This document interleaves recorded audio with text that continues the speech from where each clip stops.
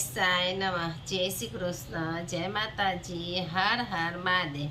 આજે આપણે રક્ષાબંધનના તહેવાર વિશે જાણશું। રક્ષાબંધન એ ભાઈ બહેનનો પવિત્ર તહેવાર છે। તે એક મનોવૈજ્ઞાનિક મહત્વ ધરાવે છે। તો શું મહત્વ ધરાવે છે અને શું એ તહેવાર વિશે છે એના વિશે આપણે જાણશું। હર હર મહાદેવ। શ્રાવણ મહિનામાં તહેવારોની શૃંખલા હોય છે। વાતાવરણ પર પ્રકૃતિ પ્રેમીઓથી ખુશ થઈ જાય છે।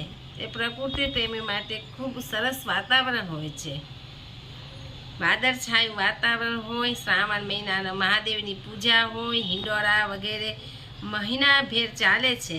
પણ નારિયેળી પૂનમ તરીકે ઓળખાતો બળેવ તરીકે અને ભાઈ બહેનના પવિત્ર સંબંધને યાદ કરવા તો રક્ષાબંધનનો તહેવાર વિશ્વભરમાં વિરલ છે। તે ખૂબ મોટો તહેવાર છે। તે ભાઈ બહેનના પવિત્ર પ્રેમનું પ્રતીક છે। વિચારધારા હોય છે જેના પ્રમાણે સમાજ જીવનનું નિર્માણ થાય છે, જે ધીરે ધીરે કૌટુંબિક પ્રણાલિકા બનતી જાય છે।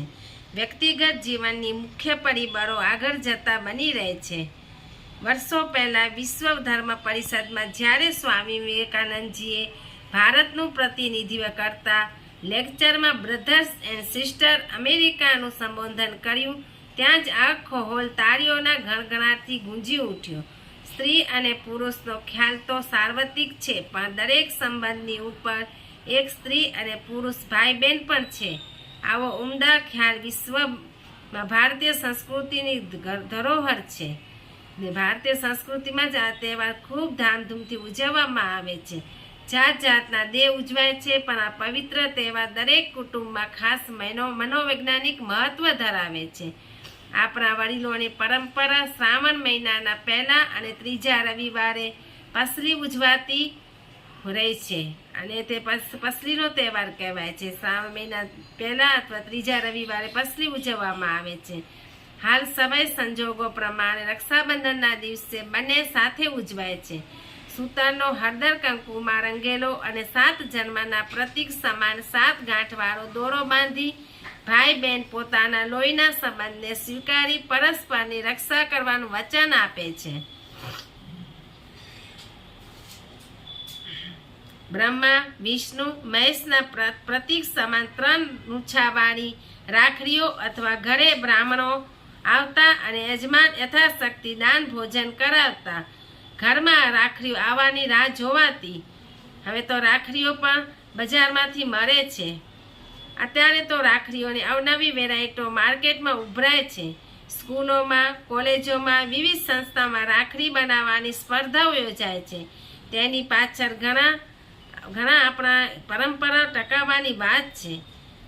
રજાઓનો મેર કરી નોકરિયા ધંધાદારી વર્ગ આજકાલ ફરવા નીકળી જાય છે। આપણે ત્યાં દરેક પ્રસંગ લગભગ સાથે મળીને જમવાની પરંપરા દરેક તહેવારમાં એટલા માટે છે કે એ બહાને આખું કુટુંબ ભેગું થાય અને એક રહે, સમાન થાય, એકબીજાની તકલીફો સમજી શકાય।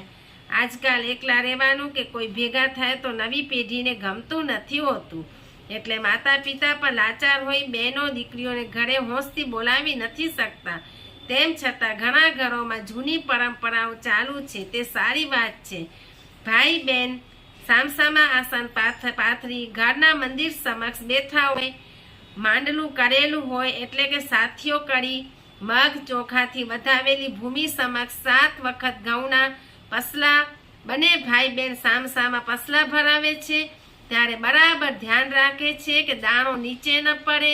માં ગીતો ગાતી હોય, બેન આરતી ઉતારીને મીઠું મોં કરાવી ભાઈને રક્ષા કરવા માટે હેતનો દોરો રાખડી બાંધે છે। ત્યારે ઘરમાં એક દિવસ આનંદ છવાય છે। ભાઈ ભાભી ઘરની બેન દીકરીઓને પસલી આપે છે। બહેનોને પસલીમાં હૃદયનો આવકાર અને મીઠાશ પિયરમાં હંમેશા મળ્યા કરે, એથી વધુ કંઈ જ હોતું નથી। આ સમજણ સાચી ઉજવણી છે। કેટલા ચઢાવ ઉતાર આવે છે જીવનમાં ત્યારે બંને ભાઈ બહેન એકબીજાની પડખે ઊભા રહે, સાથે સાથ આપે, ત્યારે જગત જીત્યાની લાગણીનો અનુભવ થાય છે। ભાઈ જ બહેનની રક્ષા કરે એવું નહીં, બહેન પણ ભાઈના ખભે ખભા મિલાવી ઘરની જવાબદારી નિભાવે એ પણ જરૂરી છે। આર્થિક, મનોવૈજ્ઞાનિક, સામાજિક પ્રશ્નો આવે ત્યારે એકબીજા સાથે ઊભા રહેતા ભાઈ બહેનો, બહેન ભાઈઓ, ભાઈ ભાઈઓ સાચી રક્ષાબંધન સમજે છે અને માત્ર લેતા નથી, આપતા પણ શીખવું જોઈએ. એ જ જીવનનું સાચું સાર્થક છે. બધા ભાઈ બહેનો ઘરની મજબૂત સાંકળ બની રહે અને રક્ષાબંધન તહેવાર ધામધૂમથી ઉજવાય. એ જ સાચી અર્થના.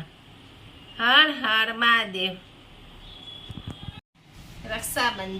રક્ષાબંધનના તહેવારને બળેવ પર કહે છે. એના બાબતમાં આપણે એક વાર્તા છે તે સાંભળશું. રક્ષાબંધન વિશે વાર્તા.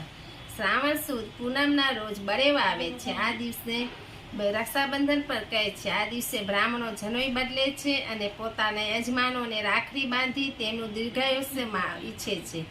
આ દિવસે બેન પોતાના ભાઈને રાખડી બાંધે છે અને તેનું કલ્યાણ ઈચ્છે છે.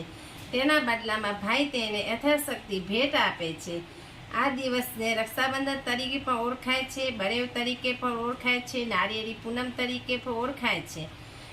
હવે આપણે એની કથા વાર્તા જાણશું. પહેલાના વખતમાં યુદ્ધમાં જતા પતિ કે પુત્રને માતા કે બેન રાખડી બાંધી તેમના વિજય માટે પ્રભુને પ્રાર્થના કરતા હતા. તેમનું ક્ષેમ કુશળ ઈચ્છતા હતા. પ્રાચીન કાળમાં જ્યારે મહાભારતનું યુદ્ધ થયું ત્યારે કુંતા માતાએ પણ અભિમન્યુને રાખડી બાંધી હતી. એ રાખડી જ્યાં સુધી અભિમન્યુના કાંડા પર સુરક્ષિત હતી ત્યાં સુધી તે યુદ્ધમાં વિજય મેળવ્યો હતો. ચિત્તોડગઢની રાણી જોધાબાઈએ પણ પોતાની માતૃભૂમિના રક્ષણાર્થે મોગલ બાદશાહ હુમાયુને રાખડી મોકલી તેને પોતાના ભાઈ બનાવ્યો હતો. આમ રાખડીનો મહિમા પરંપરાથી પૂર્વકાળથી ચાલ્યો આવે છે. આ દિવસે બ્રાહ્મણો સવારે વહેલા ઉઠીને નદીએ જઈ સ્નાન કરે છે. ત્યારબાદ પહેરી રાખેલી જૂની જનોઈ જળમાં પધરાવી દઈ નવી જનોઈ પૂજા વિધિ કરીને પહેરે છે. બળેવના દિવસે કેટલાક લોકો તેને નાળિયેરી પૂનમ પર કહે છે.